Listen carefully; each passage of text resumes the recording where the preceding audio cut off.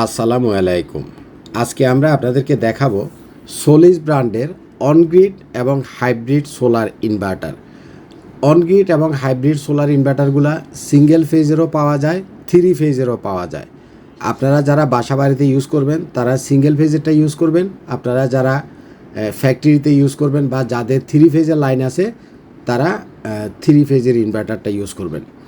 দেখছেন এটা হচ্ছে 15 কিলোওয়াটের একটা সোলিস ব্র্যান্ডের অনগ্রিড প্লাস হাইব্রিড ইনভার্টার। অফগ্রিডের যে ইনভার্টারগুলো আছে, অফগ্রিড ইনভার্টারের তুলনায় অনগ্রিডের এই মেশিনগুলো প্রায় 3 থেকে 4 গুণ বড় এবং বিল কোয়ালিটি অনেক হেভি, খুবই শক্তপোক্ত এবং মজবুত। এটার যে ডিসপ্লেটা আছে, ডিসপ্লেটাই মানে একটা মোবাইলের চাইতে বড়, মোবাইলের একটা ট্যাবের চাইতে বড় ডিসপ্লে। এই ডিসপ্লেটাতে আপনার সোলার থেকে কতটুকু আসতেছে, গ্রিড থেকে কতটুকু নিচ্ছে, আপনার ব্যাটারিতে কতটুকু চার্জ আছে, কতটুকু লোড চলতেছে, এভরিথিং আপনি এই ডিসপ্লেটাতে দেখতে পাবেন এবং অ্যাপের মাধ্যমে আপনি আপনার মোবাইলেও দেখতে পারবেন। সোলিসের বড় যে মেশিন থ্রি ফেজ এবং সিঙ্গেল ফেজ 18 কিলোর মেশিনটা হচ্ছে সবচাইতে লো ভোল্টেজের ভিতরে সবচাইতে বড় মেশিন, লো ভোল্টেজের। আর তার নিচে হলো এটা 15 কিলোওয়াট, তার নিচে হলো 10 কিলোওয়াট। 10 কিলো, 15 কিলো এবং 18 কিলো, এই তিনটা মেশিন পাবেন আপনারা থ্রি ফেজের। আর সিঙ্গেল ফেজের ভিতরে 18 কিলো পাবেন, 16 কিলো পাবেন, 10 কিলো পাবেন, 6 কিলো পাবেন, 8 কিলো পাবেন। দুই ধরনের মেশিনই আপনারা আমাদের কাছে পাবেন। অনগ্রিড এবং হাইব্রিড, অনগ্রিড এবং হাইব্রিড এই কথাটা হচ্ছে আপনারা যারা সাধারণত গ্রো ওয়াটের ইনভার্টার বা এইচ ইনভার্টার বা চাইনিজ যে ইনভার্টারগুলো দেখেন, এই ইনভার্টারগুলো হচ্ছে অফগ্রিডের ইনভার্টার। আচ্ছা, ব্যাটারি প্রসঙ্গটা বলি। এই বড় ইনভার্টারগুলোর সাথে আপনার এই 16 কিলোওয়াটের দুইটা ব্যাটারি লাগবে। এখানে দেখতেছেন ডাইআর্টিসানের 16 কিলোওয়াট অর্থাৎ 16,000 ওয়াটের একটা ব্যাটারি। আপনি যদি 18 কিলো বা 15 কিলো একটা মেশিনের সাথে আপনি সেট আপ করেন তাহলে কিন্তু একটা ব্যাটারি দিলে হবে না, দুইটা ব্যাটারি দিতে হবে। কারণ হচ্ছে এই ব্যাটারিগুলা 16 কিলোওয়াট অর্থাৎ 16,000 ওয়াট স্টোরেজ করে রাখতে পারে, কিন্তু এটা ডিসচার্জ করতে পারে সর্বোচ্চ 8 কিলোওয়াট, মানে 8,000 ওয়াট।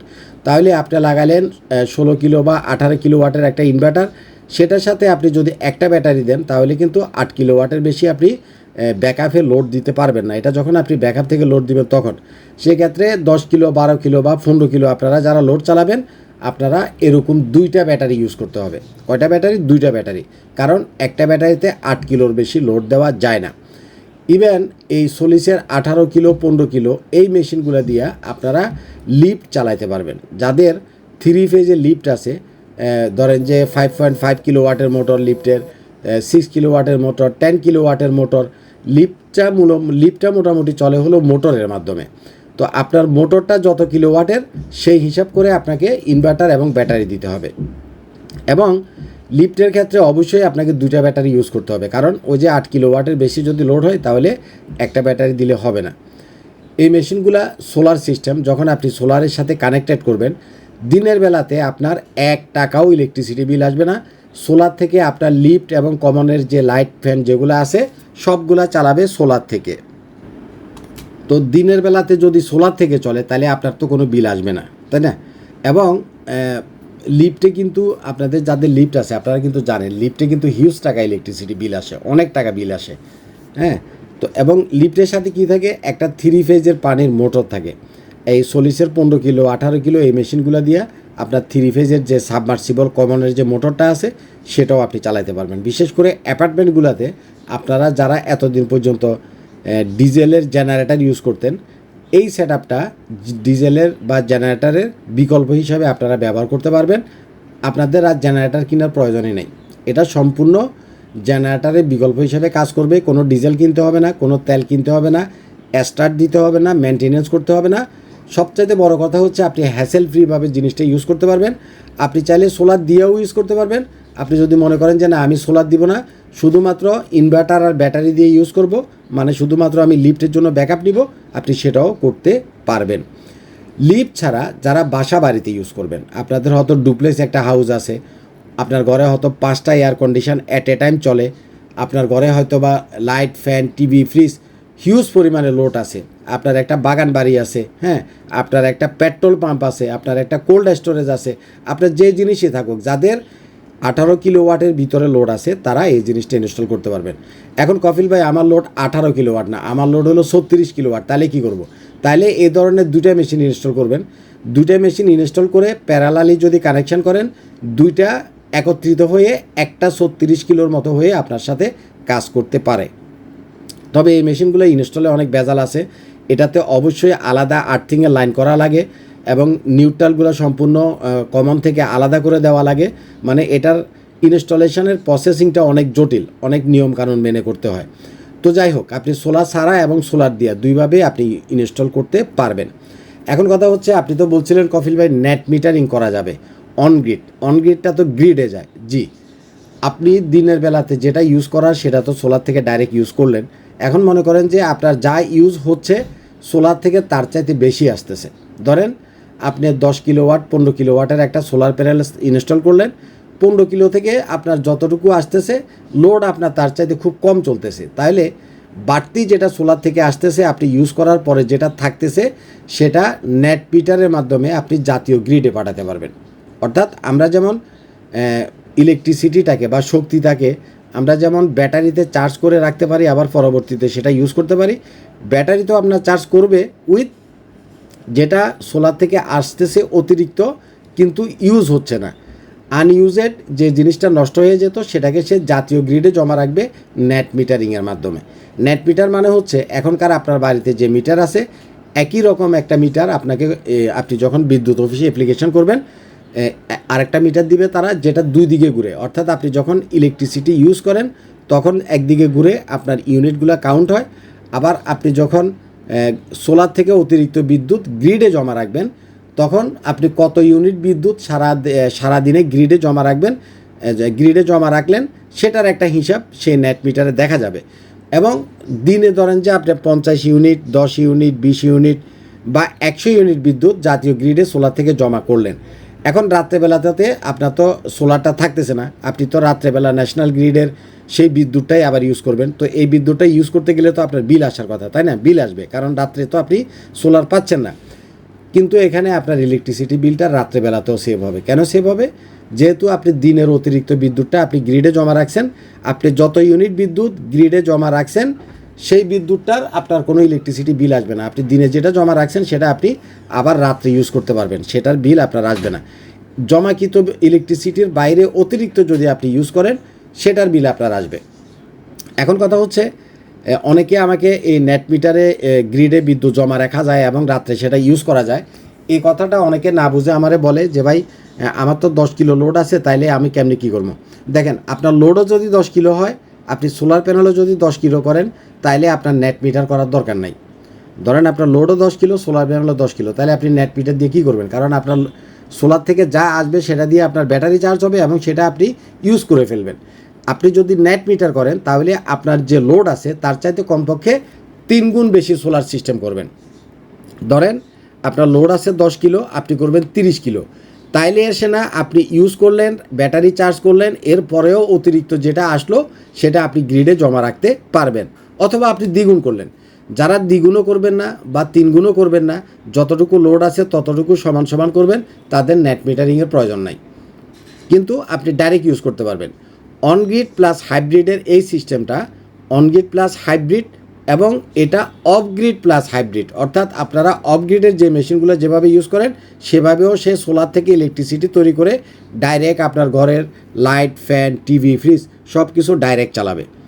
অনগ্রিডের মেশিনগুলো 3-4টা মেশিনের কম্বিনেশান, একটা হচ্ছে অনগ্রিড ফাংশন, আর একটা হচ্ছে হাইব্রিড ফাংশন, আর একটা হচ্ছে অফগ্রিডের সাথে হাইব্রিড ফাংশন। 3 ফেজের যে মেশিনগুলো আছে, আপনার 3 ফেজের মোটরের সাথে কানেক্ট করলেন, 3 ফেজের সাবমার্সিবল পাম্পের সাথে কানেক্ট করলেন, সেটা না হয় চললো। এখন ধরেন যে আপনার কমনের কিছু লাইট আছে, ফ্যান আছে, বা আপনার নিজের একটা বাড়ি, আপনি লিফটটা 3 ফেজের কানেকশন করলেন, আবার আপনার বাসাটাতে সিঙ্গেল ফেজের লাইন আছে, এসি চলবে বা অন্য অন্য জিনিসগুলো চলবে, সেগুলোও আপনি সিঙ্গেল ফেজ বের করে আপনি সেগুলাতেও কানেকশান করতে পারবেন। আপনি কথা বুঝছেন কি না? 3 ফেজের মেশিনগুলো সিঙ্গেল ফেজেও আপনি ইউজ করতে পারবেন, 3 ফেজও ইউজ করতে পারবেন। আর যেগুলো সিঙ্গেল ফেজের সেটা শুধুমাত্র সিঙ্গেল ফেজে আপনাকে ইউজ করতে হবে। তবে যারা অনগ্রিড সোলার সিস্টেম করবেন এবং অনগ্রিডের সাথে হাইব্রিড করবেন, আপনারা চেষ্টা করবেন সবচাইতে বড় সাইজের সোলার প্যানেল দিয়ে ইনস্টলগুলো করতে। এখনকার মার্কেটে কানাডিয়ান সোলার প্যানেল আছে 715 ওয়াট। একটা সোলার প্যানেল 715 ওয়াট, বাংলাদেশের মার্কেটে সবচেয়ে বড় সাইজের সোলার প্যানেল। তবে সোলার প্যানেল কেনার সময় খুবই সাবধান। বর্তমান মার্কেটে সোলার প্যানেল কিন্তু প্রচুর পরিমাণে স্টিকার মারা মার্কেটে সোলার প্যানেল পাওয়া যাচ্ছে। অর্থাৎ বিশেষ করে লঞ্জি এবং জিঙ্কো এই দুইটা ব্র্যান্ডের সোলার প্যানেল আমাদের বাংলাদেশের তুমুল জনপ্রিয়।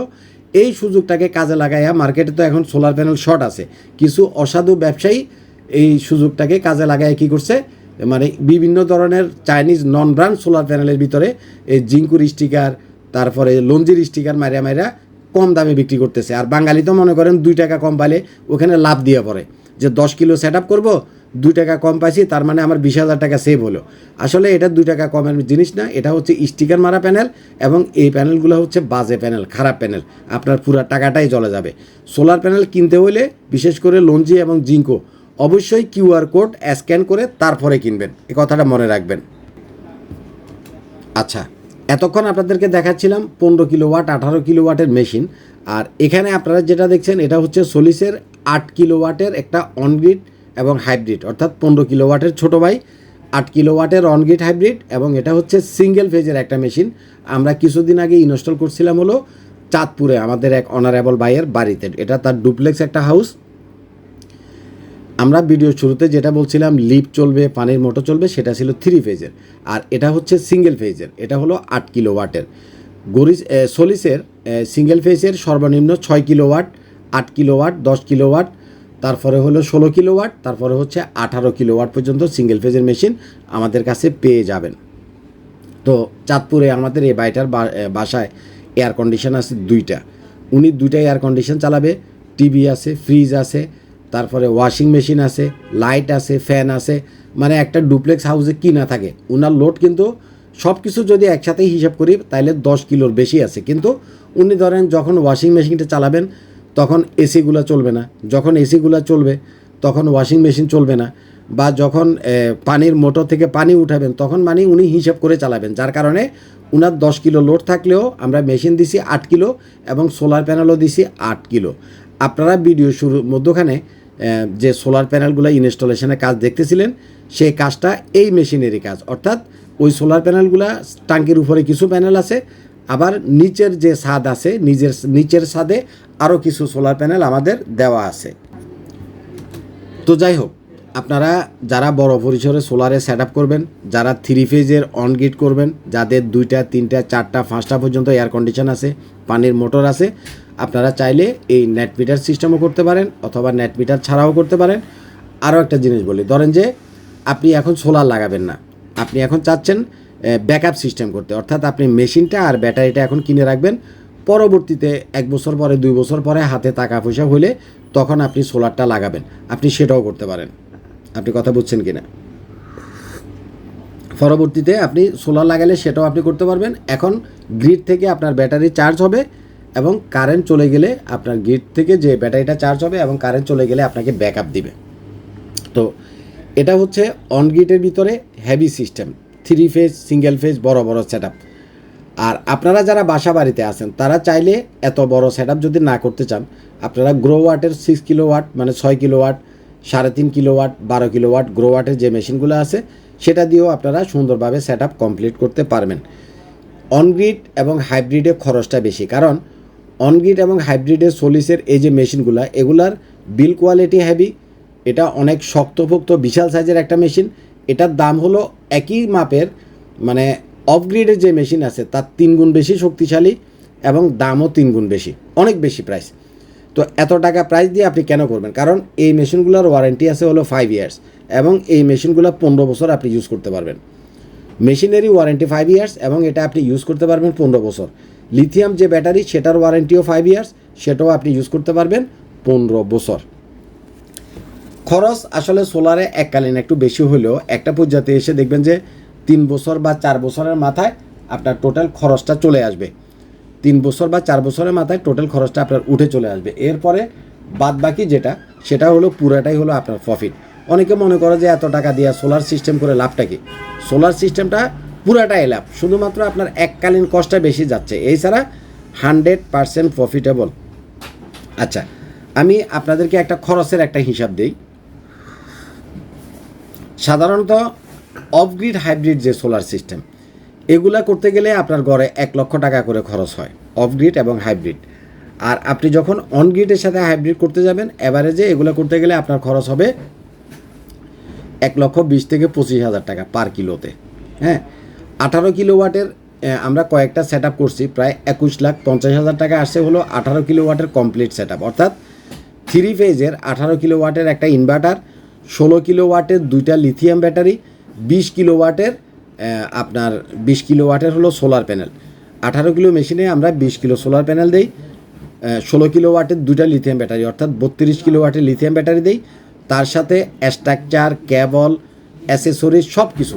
18 কিলোর একটা সেট আপ করতে আপনার এখনকার মার্কেটের যে প্রাইস, আপনার প্রায় 21,50,000 টাকার মতো খরচ হবে। আর 10 কিলো একটা সেট আপ করতে 11 থেকে 11.5 লাখ টাকা খরচ হবে। 15 কিলো একটা সেট আপ করতে 17 লাখ টাকার মতো খরচ হবে। অনেকেই মানে ভিডিওর শেষে বলে যে কফিল ভাই খরচের আইডিয়াটা তো দিলেন না।